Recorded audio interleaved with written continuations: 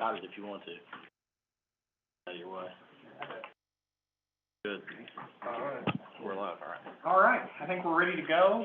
We'll go ahead and call this meeting to order, for the TTCC meeting on September 14th, 2022.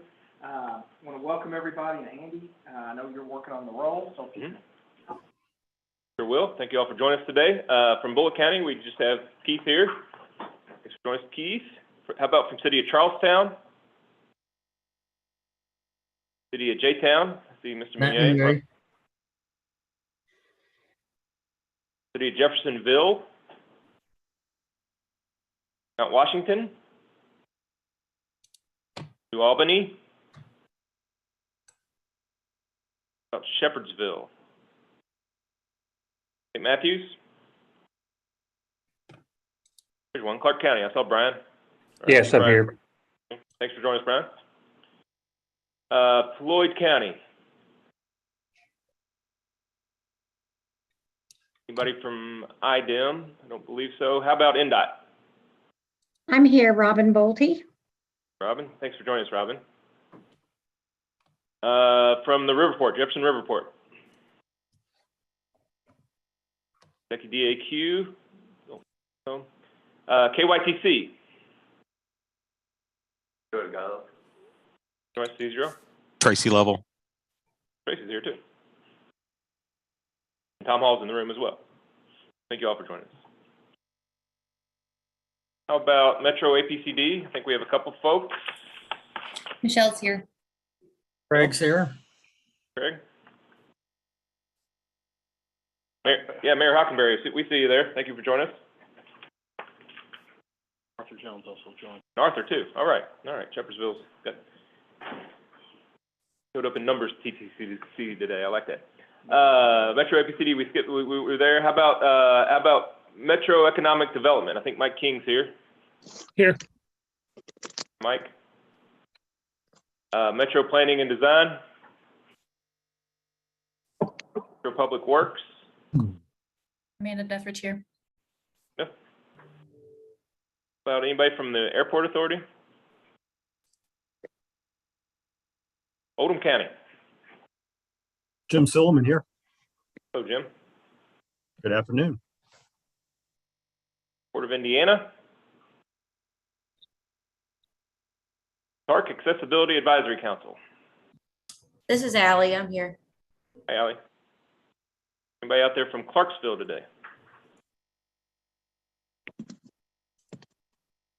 And last but always never least, how about TARC? Aida Faltic here. Hi, Aida.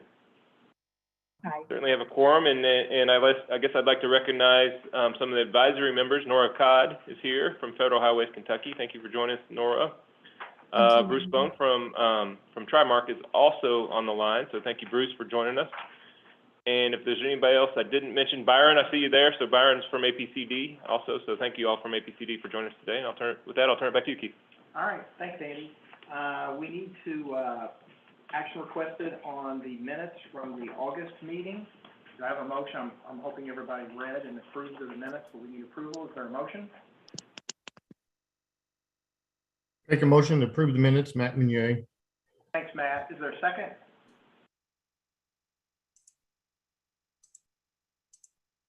Second, Arthur Jones.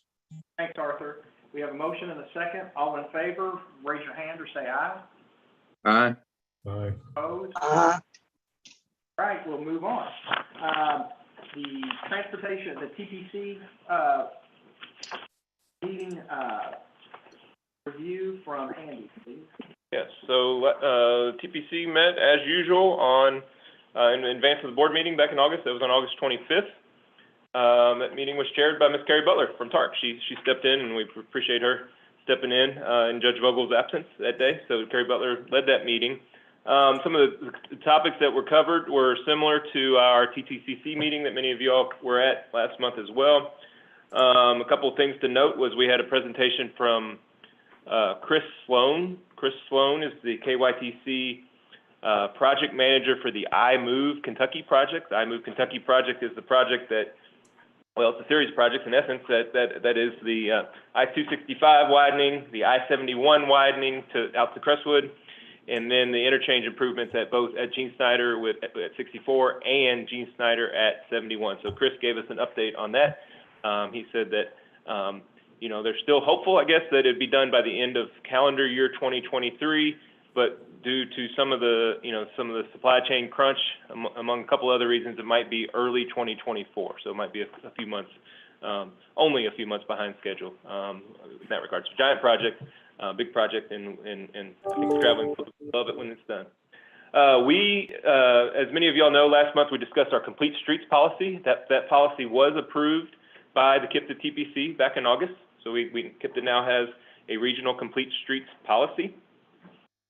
Alex talked a little bit about, gave an update about the Safe Streets for All grant, which we're happy to say was submitted today, this morning, officially. So that's great. That's great.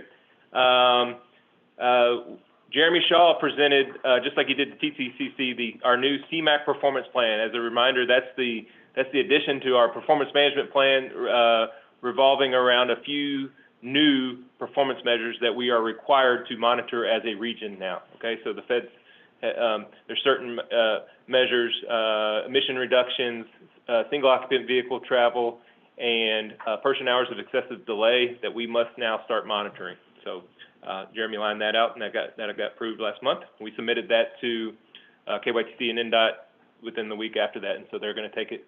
They've got an October 1st deadline to submit it to the feds. Let's see, Nick did an administrative modification. We talked about our Indiana MPO conference, and I think that's about it. So with that, I'll turn it back to you, unless there's any questions. If you have to answer any questions. Any questions or comments? Hearing none, we'll move on. Thank you, Andy. Thank you. Greg, public comment period. We have any public comments? We did not receive any public comments prior to the meeting. I'm not seeing any in Q&A, and I'm gonna check the email just one more time. And that is nothing new in there, so I don't believe we have anything as of right now. Anything comes up, I'll bring up another business. That'll be great. Thank you, sir. All right, the next few action items are staff reports. That we're gonna start with Nick on the project management guidebook update. Yeah, this one's a little different than the ones that will follow me. This is so we're updating the project management guidebook. In your packet, there's you got the color copies online. You'll see red text where we've made changes to incorporate language that was from the recently approved Complete Streets policy. So because that now applies to the MPO dedicated calls for projects, which is ongoing, and I'll talk about that later in the meeting.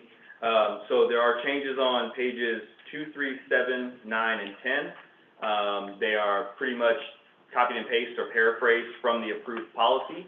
And how it applies to project selection. In addition, earlier this week it was confirmed by the Indiana Department of Transportation that they are going to sub-allocate funds from the new PROTECT program. That is all about promoting resiliency in transportation project delivery.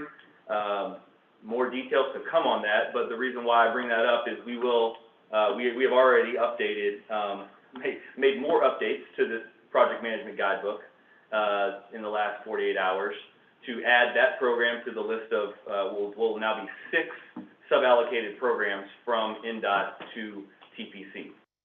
So while you don't see those in here now, those have been made, and we will be including that in the mail out that goes to TPC tomorrow, so that they have both the changes for the Complete Streets policy and the new PROTECT program. Any comments or questions that anyone may have? Questions or comments for Nick? And the action is essentially hopefully actually the official language here, for TPCC to recommend TPC approval of the project management guidebook updates. Okay. Need a motion to recommend changes to the project management guidebook. Is that correct? Motion, Curtis Hockenberry. Thank you, Mayor. We have a motion. Is there a second?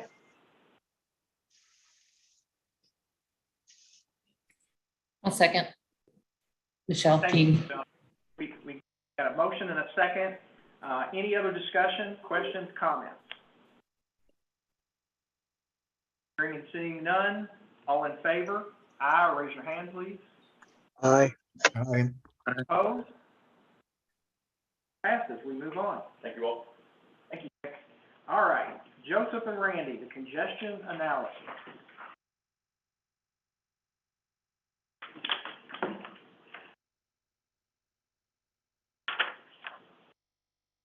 Get my screen shared here. I've got a couple maps to show. If you didn't pick up a map, set already, there's some over back.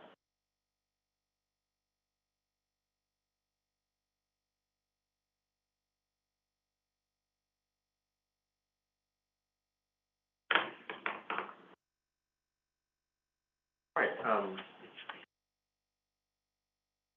this next, point is, about, the different, congestion analysis that we have done, staff have done here.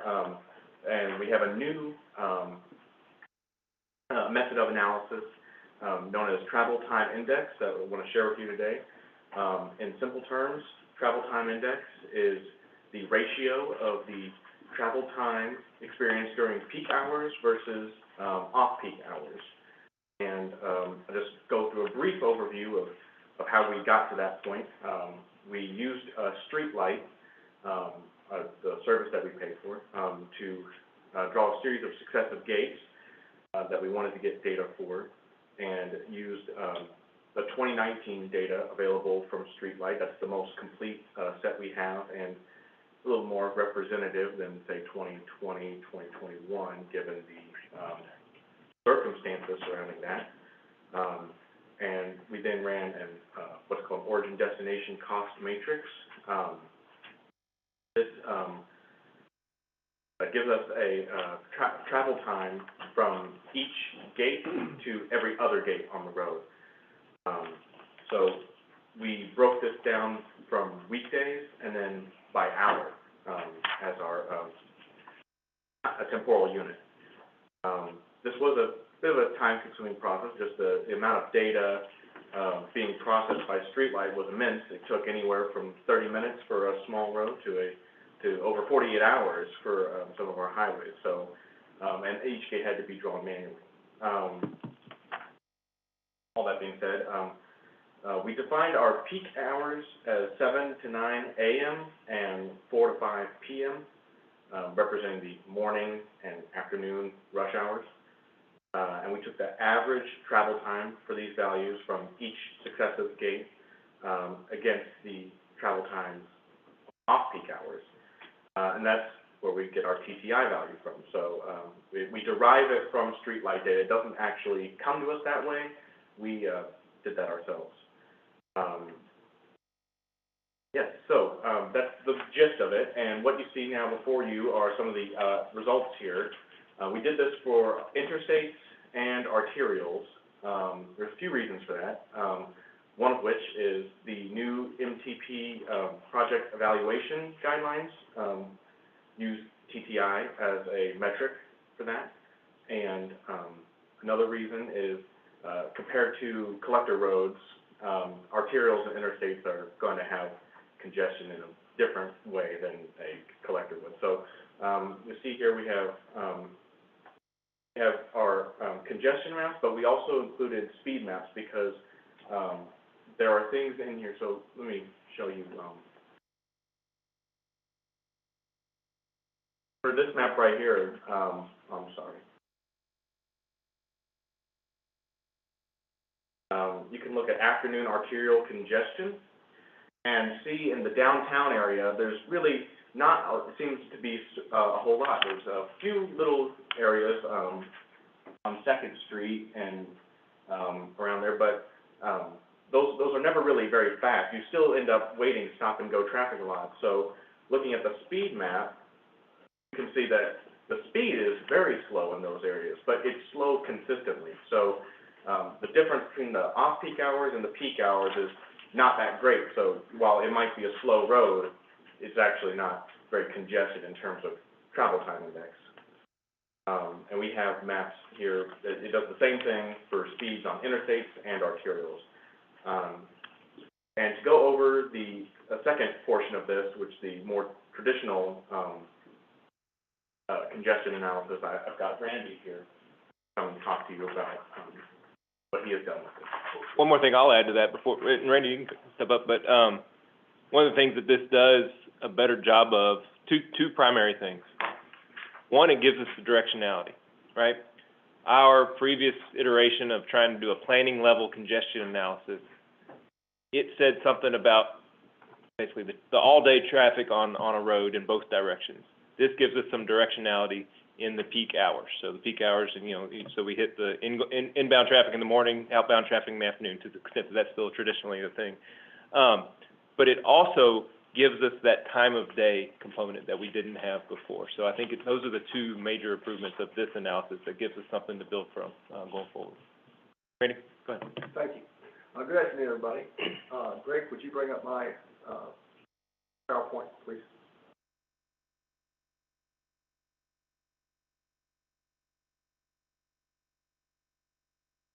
Thank you. What I'm providing today is the 2019 level of service analysis for the collectors. Joseph had just mentioned why that we're doing this a little different way than we're doing with the arterials. And one of the things that he made the point was that we didn't expect to have congestion on the collectors in the same way we might see it on the arterials and the freeways. And what I want to mention to you today, or discuss with you today, is I asked you these four questions. What analysis is used to explain something about the analysis? It's a more traditional analysis, really, than the TTI is, but it still needs to be reviewed, I think. How was the data acquired? How was the analysis conducted? And what were the results of the analysis? The analysis methodology, we used a methodology that was developed by the Florida Department of Transportation. And what they did is they took the highway capacity manual software and they used it in reverse. What you traditionally do is you would take a roadway, you would have traffic volumes in various places, you would have the traffic volume intersection turning movements and things like that, and you would calculate delays at the intersections. You would look at the delay on the main line and put it all together and reach some sort of level of service based on the average running speed of that. And so what they did it reverse so that they came up with something where they took assumptions. It was not as specific as saying, okay, this roadway, but with these characteristics, but they said, okay, we're going to have some roadways that are going to have, let's say, 2.5 to 4.5 traffic signals per mile. Others have less than that, even two have more than that. They took situations where there were divided roadways. They took situations where there were undivided roadways with and without turning lanes. All these things play into what they're trying to do. So basically, they're taking a representative sample of these various types of roadways, and they back calculated the level of service thresholds. So they would have a level of service threshold for level of service C, and then there'd be another one with more traffic for D, and one for E, and one for F. And that's what they did, and we worked off of that. And we had to take each of the roadways and to determine which of their categories did it fit into. And this is what we used the level of service thresholds to determine the level of service for particular roadways. And the last point up here, and I want to emphasize this because it is important, I think. In their documentation, they say this is to be used for a generalized planning analysis. And which means, in other words, it's just basically, it's not nearly specific as the normal ways of using the highway capacity manual. So this is going to leave a certain wiggle room in there where we may end up with something that doesn't seem quite right, but it's because we might have thought it was a D, and it was over an E category, something of that category. So, yeah, data acquisition was very similar to what Joseph did in his situation, but he was getting travel times, and what we got was the streetlight analysis of the average annual average daily traffic. I always mix it up. And it's another key point here is based on the KIPTA travel model network, because we have a network of over 11,000 links, and those links have been divided up, and they have indications of what sort of thing it is. In this case, all of them are collectors, but some of them are higher type collectors than others are, and that's accommodated by the Florida DOT methodology to a certain degree. And where we couldn't find streetlight data, we tried to supplement it with traffic count information because, as you know, we have a fairly extensive traffic count file. Even with that, there were still some links that did not have traffic counts. That's not necessarily totally bad because some of our links are no longer than maybe a tenth or a quarter of a mile. So we can look at what's on one side, what's on the other side, and still get a pretty good estimate. What we actually did, it's a very simple process here. We calculated the peak hour directional volumes for each of the roadway segments, and this is basically, we use the assumptions that Florida DOT used, which, for example, a peak hour factor of 9.5%, which 9.5% of the daily traffic we assume was occurring in the peak hour. And on the two-way roadways, we assumed that the higher volume traffic was 55% of the peak hour traffic. Things of that nature. We have other assumptions, but we use those to make those calculations. And then we compared them to those directional thresholds that I mentioned earlier. When we did that, what we came out with was the level of service chosen based on that comparison. And here's a sample of the results. This is, you just see, this is a spreadsheet. And what I did was if I had several model links that had the same information coming out, I combined them so as to get something where it was more meaningful, I think. And you can see that basically it's just a roadway. The section that is under congestion. The critical count means that we had several sections, several model links.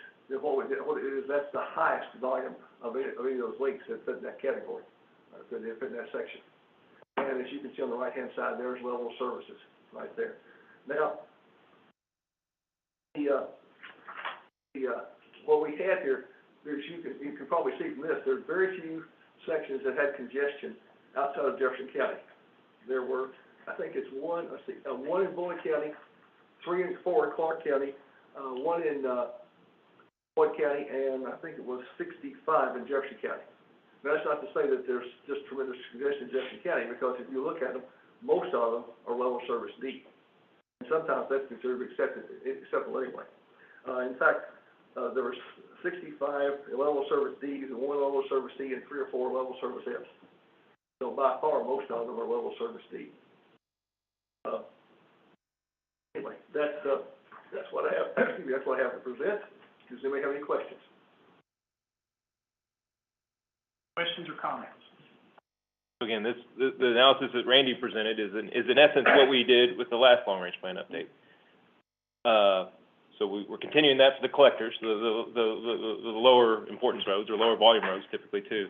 But we've stepped our game up, I think, in a big way with the travel time index and the speed analysis for the interstates and the arterials. All of this will be part of that project evaluation for the new long-range plan, right? That when a project is on any of these roadways, collectors, arterials, or interstates, that project will get assessed based on it, and will score points, let's say, based on how congested that roadway is. I think the maps, and I think this is evolving, this process is evolving, and these maps add another layer of that. I think it's, for lack of a better term, they're good. I think the maps are really cool. I think it's a good way to assess this. When I look at from the follow-up, for us to see Conestoga, basically is what you're looking at there, from Boyd County, and the congestion there all stems off of 65, because I know it's not this much, but it seems like every day 65 gets backed up and something going on there. So it happens there. So I think this gives us some background, more so than maybe we've had in the past. So I think the evolution of this process is really moving forward, and I think very impressive. Yeah, thank you for saying that, and I hope that's right, and I hope that this whatever you want to call it, a planning level analysis, this regional level planning level analysis can say, hey, let's take a deeper dive at the county level, at the state DOT level, where have you, and we'll see some more of that later in these upcoming agenda items for that matter too, in that regard. Well, and two, Andy, I think it says, I think it leads to the fact that the regionalization of this is something that we really have to concentrate on. And I know we get I know in Bullitt County, we're very Bullitt County centric, we're very Shepherd, I see Arthur's ready to speak. We're very Shepherdsville, we're Mount White, I get all that. But when you look at this and you take it in a whole, you can see how our problems can lead to other problems somewhere else. Sure. So, Sure. Arthur, you got a question or comment? Yeah, I mean, I just wanted to reiterate, of course, the maps are going to be a crucial tool for communicating, exactly how this is going to play out. And it's going to do a really good job educating people outside of this circle exactly how this plays into the rest of our plans and why this matters. But in addition to that, if you guys don't mind, I'd like a little bit more explanation on the critical volume, just so I can personally better understand that parameter of what we're looking at. Okay, I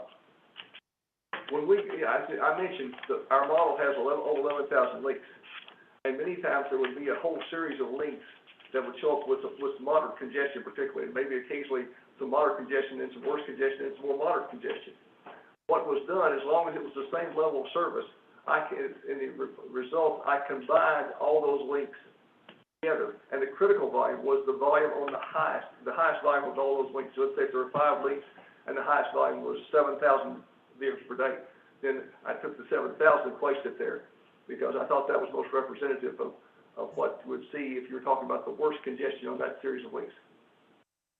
So Arthur, the last time we did this, we didn't have the data that we have now, right? We have that via the streetlight platform. We in essence have an estimate of a traffic count. It's not a real life traffic count, but it's solid on every single link that exists, and that's probably too much data, quite frankly. But it allows us to drill down further, but it's also a bit of a headache, perhaps, to do just what Randy described. That is to find the one that's most important when there's 6 segments in our model for various reasons along Adam Shepard or Conestoga Parkway in Shepherdsville. Well, we don't need 6 segments on a map. We probably need one on the north end, one on the south end type thing. And so the highest volume of the south end, there's more traffic on the south end of both those roads, I suppose, than the north, would be the one that was utilized. Right. And when I did this, let's say for the 5 or 6 links that Andy's referring to, when it comes to the from to part of the thing, it's from the beginning of one of the links that was congested to the end of the latter link. In other words, it encompasses all 5 or 6 links in there. That's excellent. And now that we have that information, I mean, to Andy's point, like now that we've got the broad view of where we need to go and it's starting to come into a smaller viewport, like now we can get specific data on those exact positions. So now it's no longer a theoretical. I'm going to get you exact traffic counts on Conestoga and Adam Shepard, and then we'll be able to put that in and then play around with solutions from there. So this bringing it into focus is very key for us solving regional problems. And I think that's where that evolution comes in, Arthur, to your point. I think that'll keep, and another, I just want to touch on something that Arthur said, using this we can't let this just stay here in this room. We can't let this stay in this Zoom meeting. And we've got to get out there and share this information, share these maps. Anytime you have visuals, I think it makes it a lot easier. But I think it's incumbent upon all of us to information out there for our constituents to know what's going on. Here's what we're doing. We always like to tell people what we're doing. And I think this is a great way to do that. Yeah, I think our goal on this one and the crash one that you'll hear in a moment, and a couple of other ones too, Freight Network that's coming up soon, too, is to not make it simply, hey, that's how that project that's going into the MCP scores points, and so we need to analyze it so that we can answer that question. That's good, that's useful, that's helpful, but it needs to live on for a number of months or years, and it needs to be, quite frankly, it kind of needs to be updated on a regular basis too, and because the conditions change. Both of these data sets we utilized 2019 because 2020 counts we should throw those away, right? And 21 counts are just coming on the scene at some point this year. So, both of these things will be updated in the future, and hopefully we'll raise the bar further at that time too. I'd like to address 2 points. First off, what Arthur said, I think that's exactly what we were hoping you could do. In other words, we show you something from a generalized planning analysis. And then you can go back and say, okay, let's take our specific information and work through the highway capacity manual or software the way it's normally used. So that's one thing. You also mentioned, Keith, that, about having the problems on 65, having this, that, and that. Because we're using generalized assumptions, we may not capture how bad it would be if you had an accident or you had something like that. So any of these places, even though they're rated to level service D now, or even not even level service D, they can be a problem because of non-recurring congestion too. Yeah, no, and again, I think this is it's a great service that you all provided here. And again, I think it's up to us to make sure that we take, I know Arthur will, and I'll be probably working with Arthur so he can show me how to do it. I go from there. But, and again, this is what we've tried to evolve to, and I think it's an excellent presentation from both you guys. Did a great job and very useful. Right. Well, you know, I guess it's time to ask for action. We would ask that the TTCC recommends the TPC to approve this analysis. Is there a motion to recommend the TPC this analysis, this program that we just saw? So moved. Aida. Thank you, Aida. We have a motion. Is there a second? I'll second that. Jim Sullivan. And any other questions or comments? Any other discussion? Seeing and hearing none, all in favor say aye or raise your hand. Aye. Aye. Any opposed? Seeing none, motion passes. Thank you. All right. Valerie, you are up with the Freight Network.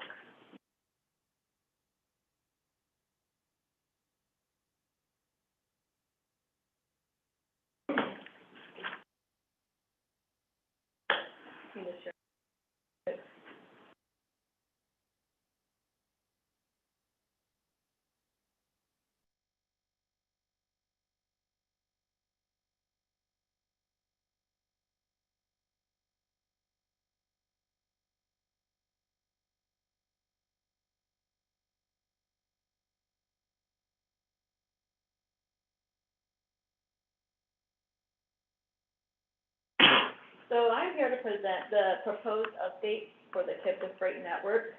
And this will be included in the new MPP coming up for 2050. The Freight Network is an internal designation for planning purposes that provides guidance for future projects concerning freight travel in the region. While freight traffic travels on many roadways, the Freight Network provides direction for project developers to give special consideration to freight on designated routes with a concentrated level of freight traffic.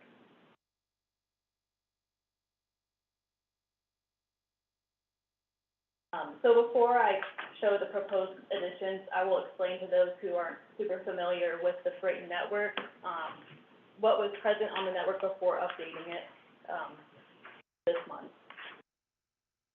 So the process to develop the 2022 Freight Network was executed in a similar fashion as the previous Freight update in 2018, with a few minor adjustments. And these additions and modifications particularly catered to areas with a certain proximity of high-density freight centers, as well as roadways with proportionately high levels of truck travel. So the network is essentially divided into two tiers, Tier 1 and Tier 2. The first tier includes roadways on the primary highway freight system, which has a few subsets, including the primary highway freight system and interstates not on the primary highway freight system, shown in blue, as well as roads that are categorized as critical urban freight corridors, and roadways with a specified level of truck volume, which is called average annual daily truck traffic. That threshold wasn't it like 10,000 vehicles per day and 10% truck percentage? It was 1,000. Or 1,000 trucks, and then same, yeah. 10% of all traffic 1,000 or more trucks, and 10% truck percentage. And then there was one final criteria for the, first tier that was used in 2018. And this was where automatically roads that were on the Kentucky Highway Freight System that were within 1 mile of the freight clusters shown in blue were automatically added to the network. But we decided to not follow that rule for this update because there would be an overabundance of roads that aren't really considered high freight routes. And we wanted to prevent adding too many roads to the network with the shifting clusters, which would overall, they would cover more road width.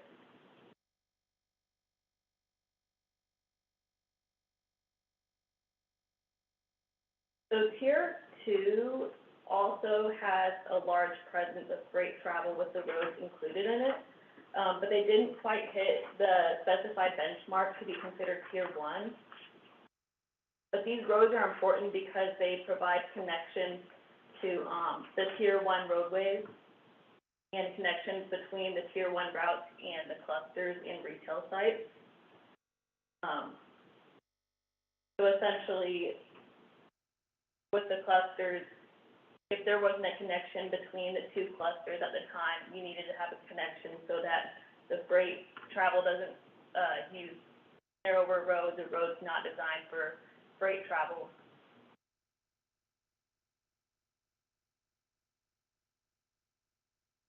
And specifically, there was one in Indiana where roads within a mile of the freight clusters were added to tier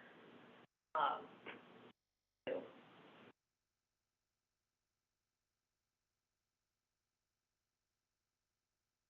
So 13 roadways are being proposed to be added to the network.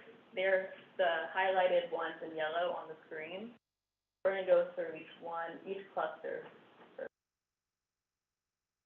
So there are 2 roads shown here, which fall into the clusters for River Ridge and Port of Indiana, which is International Drive and River Ridge Parkway, which connects to Indiana 62.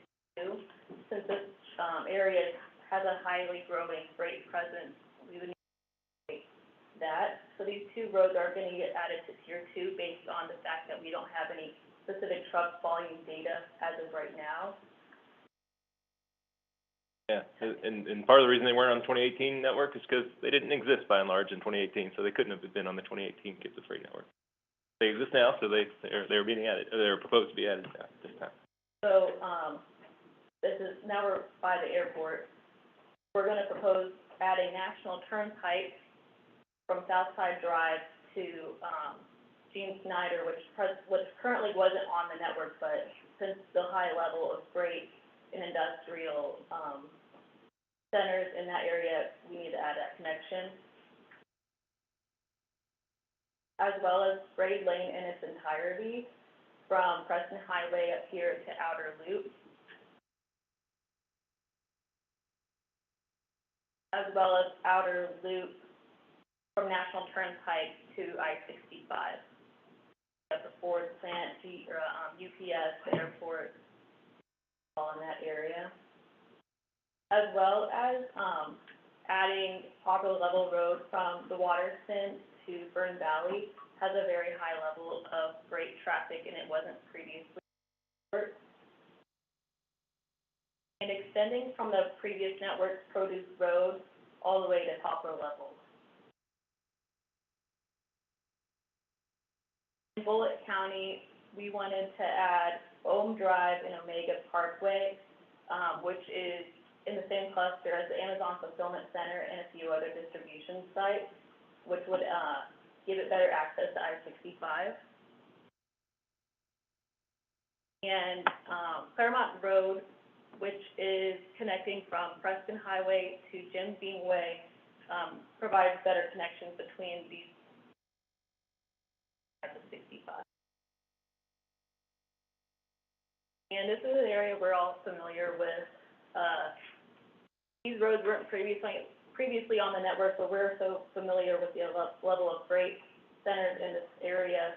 We're going to add Bluegrass Parkway, Plantside Drive, and Electron Drive. And that is the last addition for. Anybody have any questions?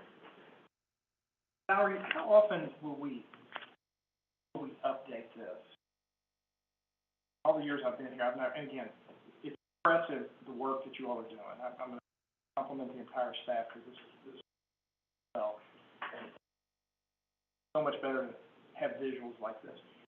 How often will we update this? Because I'm thinking about, when I look at this, and again, I'm going to go back to Bullitt County, some of the growth in our southern end of the county that is proposed, being able to happen, probably sooner than later if you go down to, the Lebanon Junction area. And I know Claremont is getting some of that, but on the Hardin County line down there, I mean, if everything that they say is going to happen happens down there, we're talking about a huge, I mean, all going to be free. Right. That's, so, will we have is there a window where we will update this? Will it be as we see needed, as growth comes? I'm just. As of right now, it's every MTP update, but HPMS data provided by KYTC is, I would say, maybe once a year. Okay. The data that was given to us from the HPMS data ranges from 2019 to 2021.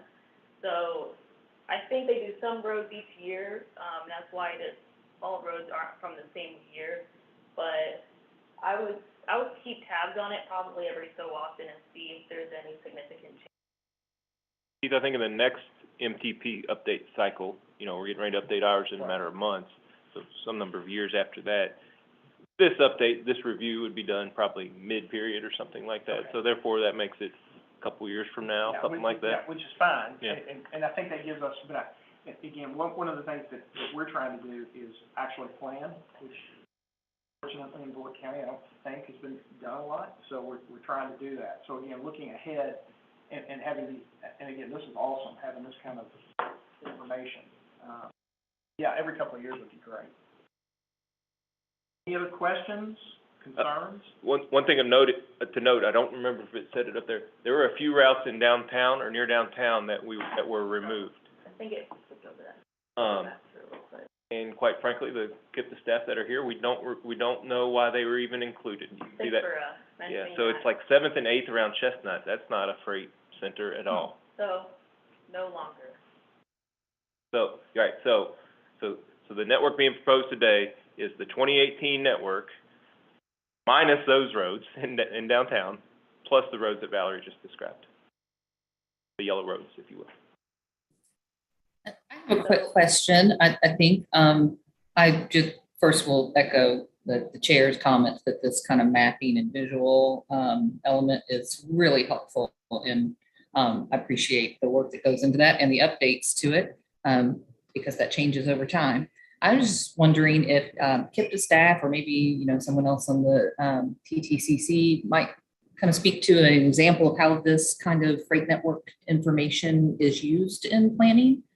Just kind of wondering how what the impact of being included or not being included in the freight network might be.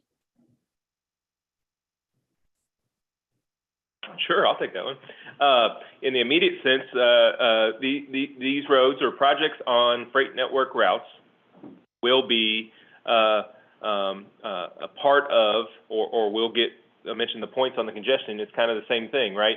If a project is on a freight route, it will get some level of priority for the long-range plan update in the form of our project evaluation process, right? If it's on a freight route, it gets some level of consideration for the roadway projects. More generally, it was part of our 2018 or so KIPTA Regional Freight Plan. Many of y'all might remember that, and so that's when this was updated most recently. And so that plan, and there's accompanying freight design guide. The freight design guide is a resource for you all, for the communities, to do things like better accommodate freight in our projects. some helpful hints, some tips, some tricks, some how do we accommodate freight?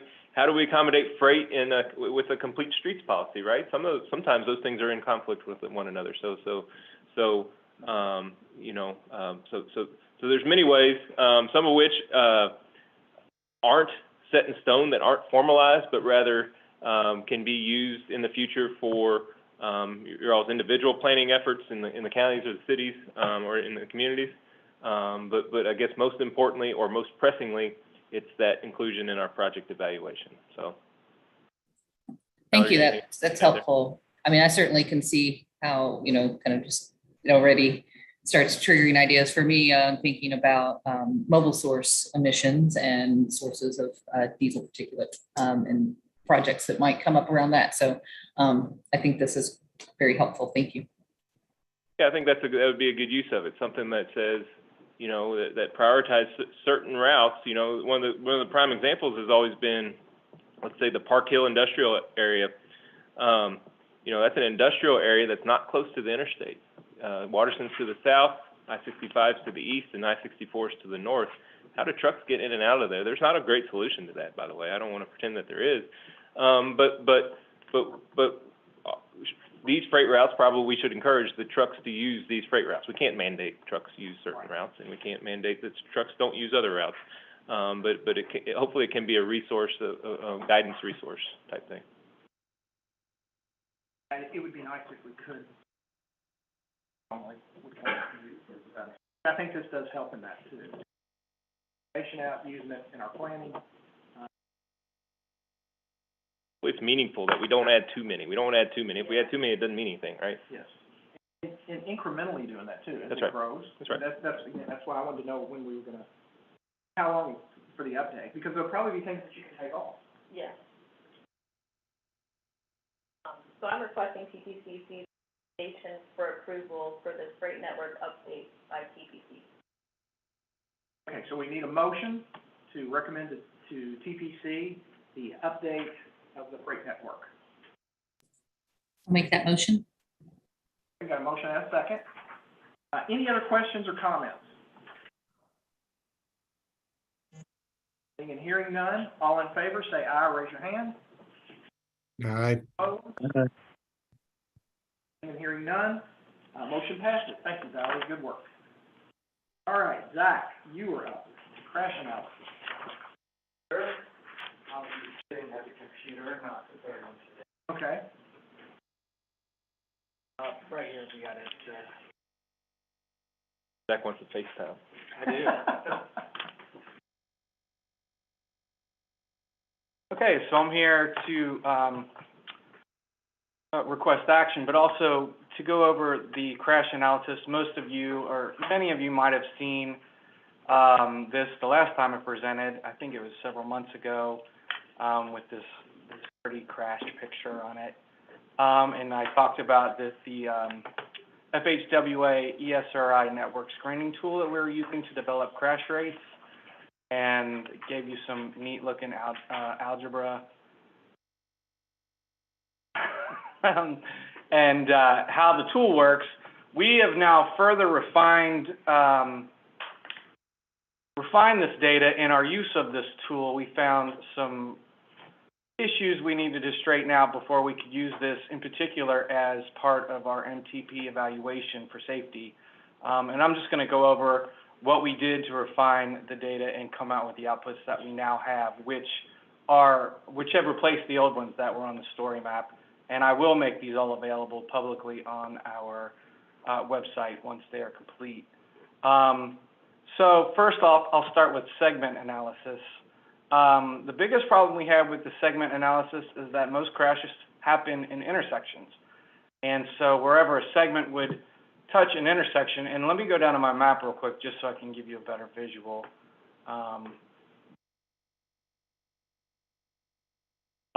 Let me just zoom in and you can see what I'm talking about. So forget about the orange circles. The little yellow circles are all the crashes, okay? And where a road would intersect with those crashes, this tool, how it works is it'll pull all those crashes to that line segment, and then also calculate based on how much annual daily traffic there is on that road, give you a rate for how many vehicles are traveling on it and how many crashes there are, which one has the highest rate. But if all these intersection crashes are affecting the segments, you don't get an exact rate like we would like to have. So what I did was buffer all of the intersections by 50 feet and deleted those intersection crashes to only focus on crashes that happened along segments.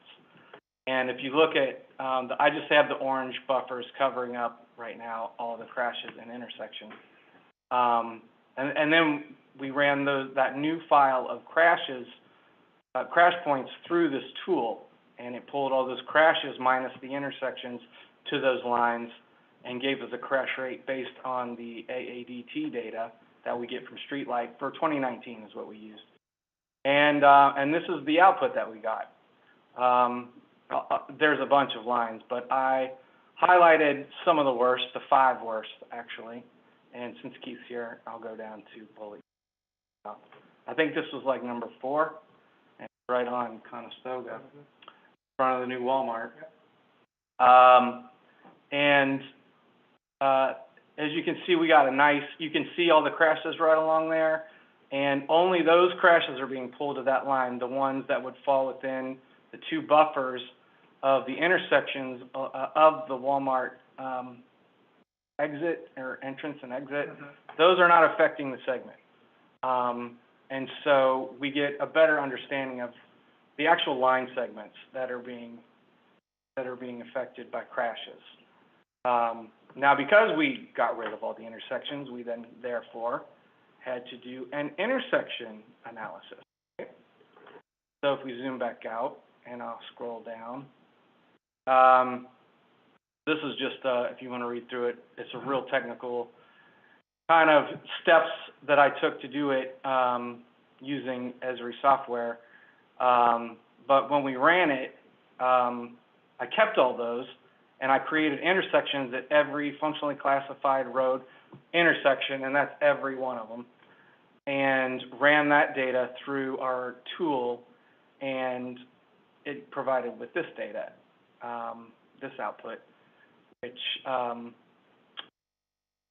and real quick to give you an idea of what it gave. These are the worst crash rated areas right here. Number 1 being right here, Prinstead and Bardstown Road.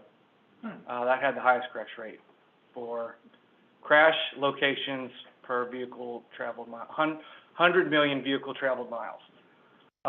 Correct you there. Per 100 million vehicles entering the intersection. That's right. I always get those 2 confused. He's correct. Entering vehicle miles.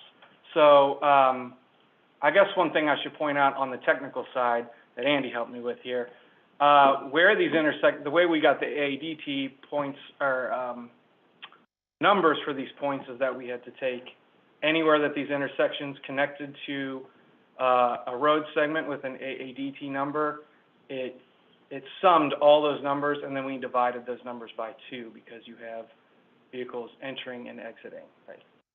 Go in an intersection, you got to come out. So you're on two of the traffic volume links, right? So, because we did have some problems here and there with some inaccuracies, but we really got it nailed down, I believe. Anytime I pulled up the AADT segment data and compared it to the AADT point data, it was right on. So most of these points, I think, speak for themselves. If you've ever driven down a lot of downtown areas, 26th and Broadway was another one. But this will be used in our, for a resource in the future, and I plan on adding more to this. These are total vehicular accidents, not weighted in any way by severity. But we will provide also in the future data in maps and also hopefully downloadable data that will show weighted numbers as well based on injuries and fatalities, where the most fatal intersections and segments are in our region. But these I'm presenting today and asking for action because they will be used in the evaluation if a project falls within the area of one of these two, either the segment or the intersection, it will choose the highest number, and that's what you will get for your project. But then we also have another section, because perhaps that project isn't really gonna help all that much. There's another section where you will also be asked to choose what exactly you're gonna do from, what are they called? Proven safety countermeasures. That's it. And so you actually have to answer what you're gonna fix, and you get different amount of points for each of those questions. So anyway, that's what I got for today. Are there any questions? I have a question about those locations in Indiana. Yeah. One you'd like to see? Any of them? There's one way up high. Oh, it's this one. How about way out in the middle of nowhere? Yeah. Okay, so this one is what it is because there's not much traffic on that road, right? But there are crashes on that road. So there are more crashes per vehicles driving there, and that jacks up the rate. That intersection right there, I'm speculating here, but there can't be a more minor intersection of a functionally classified road with another functionally classified road than the NAB New Washington Road intersection with the New Market Road intersection. That's pretty darn rural, two very minor streets, that fit the criteria, right? Because we didn't analyze the intersections with every single locally owned road, but rather the functionally classified roads is the limit of our intersections. So Amanda raised her hand. Do I need to unmute her? Oh, okay. Thank you. You mentioned that you were planning to kind of run this analysis again, like being able to filter by serious injuries or fatalities. I'm just curious when you think you would be able to do that and if that would be part of the evaluation for the new MTP. It is not part of the new evaluation. It's already done. The tool did it and simultaneously with this. So I do have those fields. I just don't have them on display today. But if you want that information, I can get it to you.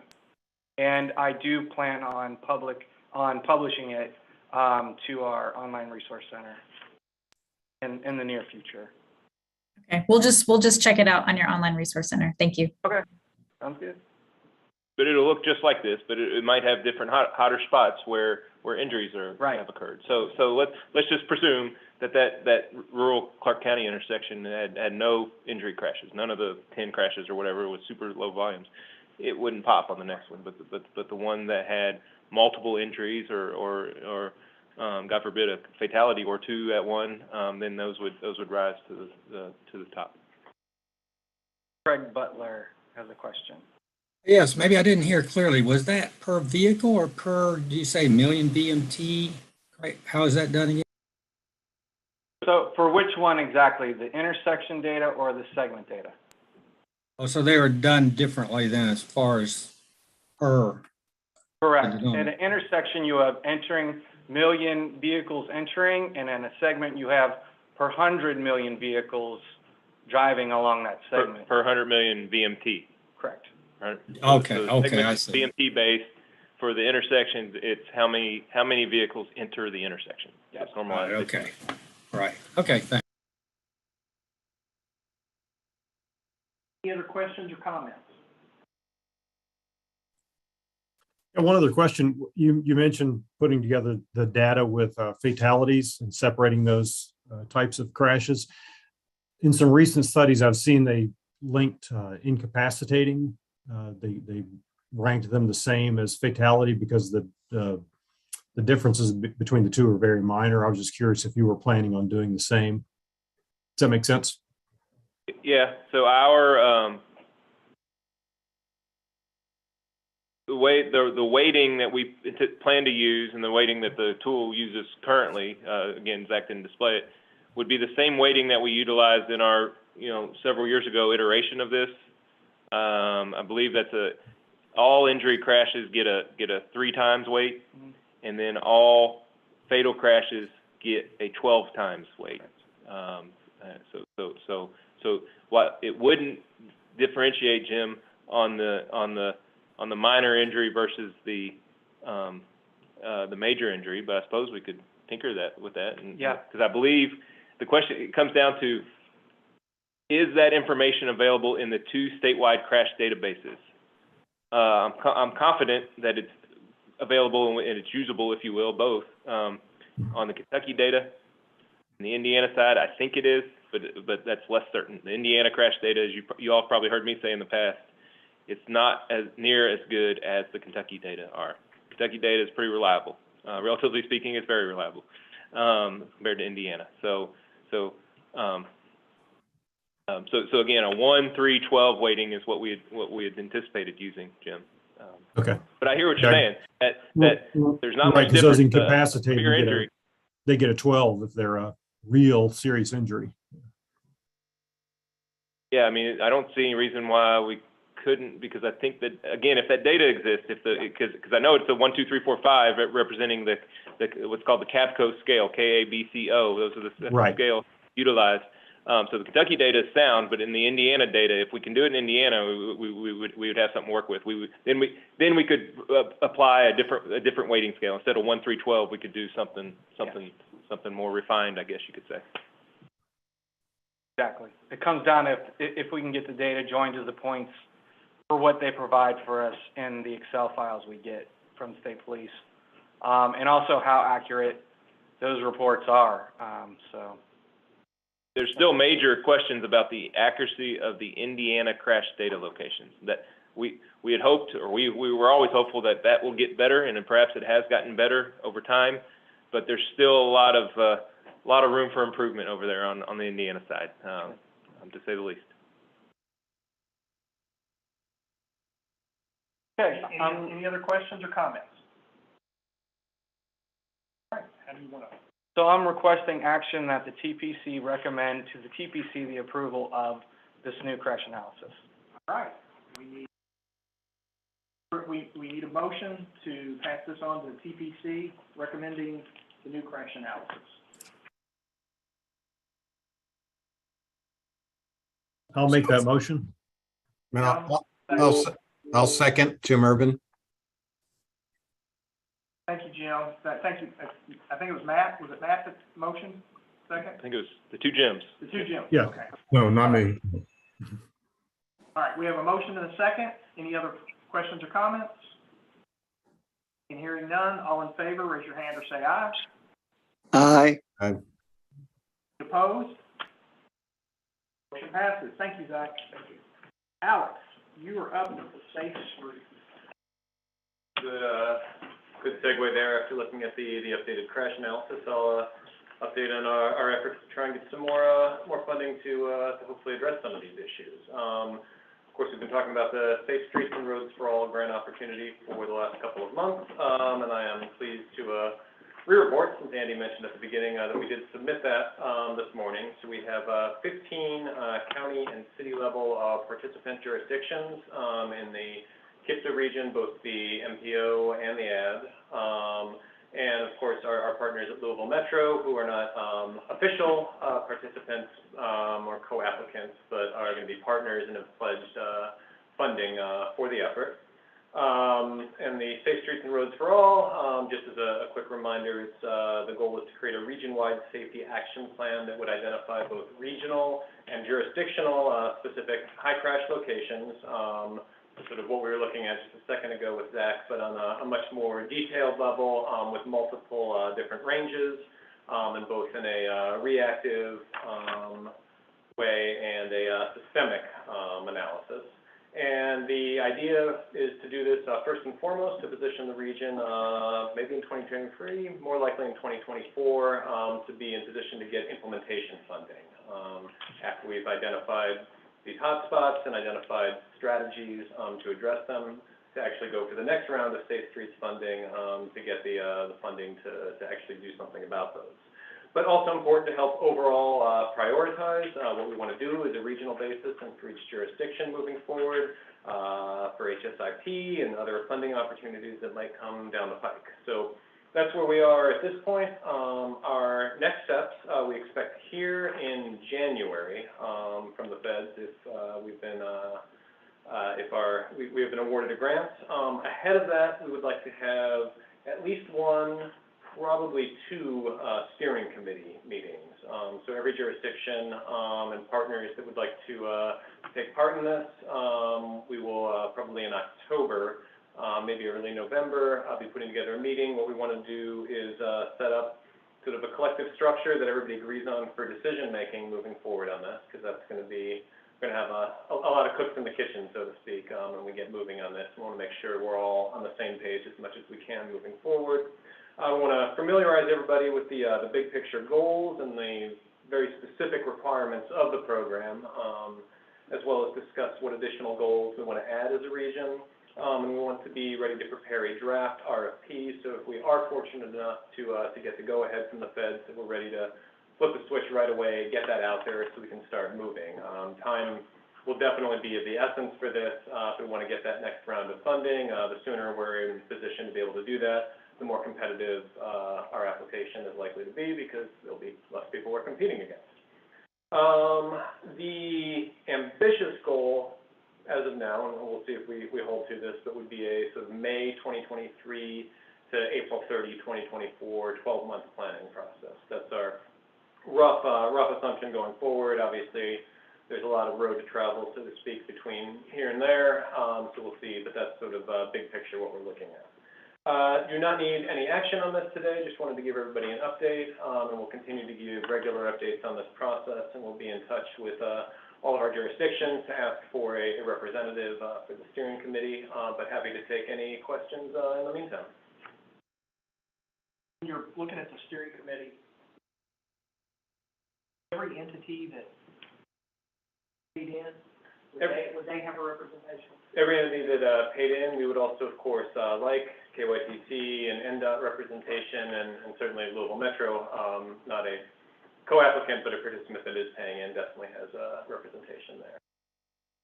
There are other entities in the jurisdictions think would be really critical for that. We can talk about that as well, but our idea was sort of what we just listed there. Any other questions or comments?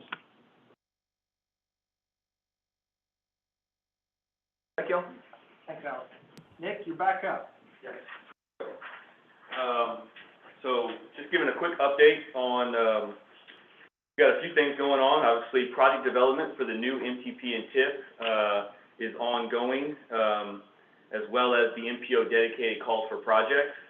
Both of those applications, well, the window for both started on August 1st, or August 8th, I should say, and closes on October 31st. I think on the project development side of things, we've received, I think, 3 jurisdictions have sent back their existing projects spreadsheet with updates to any costs, open to public dates, funding, and some of the other questions that we asked. So we've got 3 back from those folks. We've received 7 applications, 7 new projects essentially through our new Survey 123 software. We've got 7 of those. And then as far as the MPO dedicated call for projects goes, we've got 1 submittal so far for funding. And then likewise on the Kentucky, the KYTC also has kind of their active CMAQ, Congestion Mitigation Air Quality application cycle. That's opened. And I sent an email out to all of our Kentucky project sponsors, I think last week, just to remind them of the deadlines. It's a really short turnaround, so KYTC is asking for all those applications no later than the end of this month.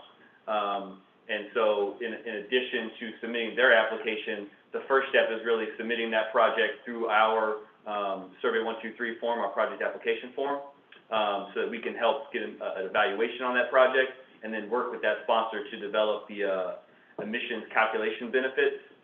Because that information, actually, the calculation benefits has to go into KYTC's application. So it's kind of a 3-step process there. Submit KIPTA's project application, work with us on the emissions calculations, and then submit the KYTC application. After that point, there'll be a quick turnaround because KYTC is asking for MPO priorities on those CMAQ funds no later than the end of October. So staff will be working feverishly during the first 2 weeks of October to get that worked out, to bring a recommendation to policy. I'm not certain that we'll have time to bring it to TCCC just with the quick turnaround that we've been asked to accommodate. So I think that's it in a nutshell. We've got the KYTC CMAQ call for projects, we've got KIPTA's call for projects, and the overall project development process for the MTP and TIP. We've got meetings coming up next week, one with all of our Indiana project sponsors and one with all of our Kentucky project sponsors, to kind of get into the weeds as much as sponsors want to on all three of these application cycles and project development. So while I can answer questions here, if there's more detailed questions that need to be discussed, we definitely have opportunities coming up next week and beyond. That's all I have. I can take any comments or questions that anyone may have in the group. I'll jump in here. Thanks to those that did submit their projects already, and to those that haven't yet, please do so as soon as you can. You know, hopefully the sooner the better. It helps us out if you get them to us, you know, in advance of that October 31st deadline. It really would. So, especially in an instance where there might be some back and forth, we got to check on something, or we need to, you know, need some interaction. So the sooner the better. So we appreciate everybody that submitted them already, and those that come soon. Absolutely. Questions? Comments? Thanks, Nick. Appreciate it. Greg, you're up with the Indiana Metropolitan Planning. Yeah, absolutely. Just give a quick update. As you all can see on the screen there, we are less than a month away from the Indiana MPO conference. That'll be over in Jeffersonville, October 4th through the 6th. We have over 150 people registered already, and we have 19 sponsors as well. So their financial commitment is really going to help us be able to put on a really good conference. We have some great things planned. As you can see, there is a list of all our sponsors. We really appreciate all their efforts through all this to help us put on a great conference. We are closing registrations on Friday, so if you have not registered and you want to, you have just a couple of days left. So we've got to get the numbers in to the caterers and all that stuff. So we closed early registration last week. We are accepting late registrations until Friday the 16th. It is $200, just $50 more than the early registration.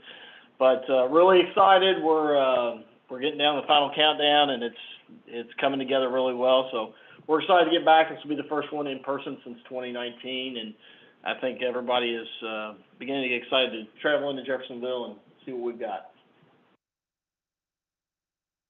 Great. Yes, sir. Were there any other comments? No other comments or anything publicly.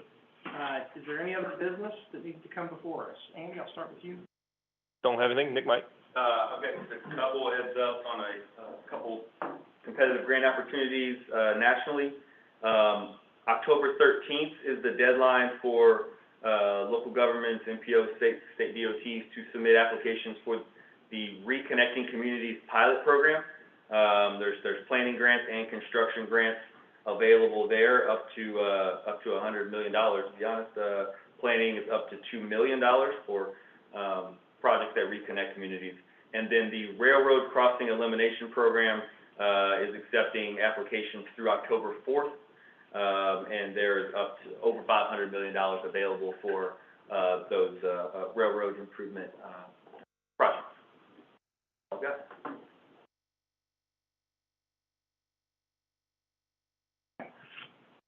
Thanks, Nick. All right, if there's no other business, we'll take a motion to adjourn. So moved. See, Jim raised it. No, I thought, Matt, I got it. Matt did. Is there a second? Second. I'll second. Okay, I got it. Thank you all very much. See you soon.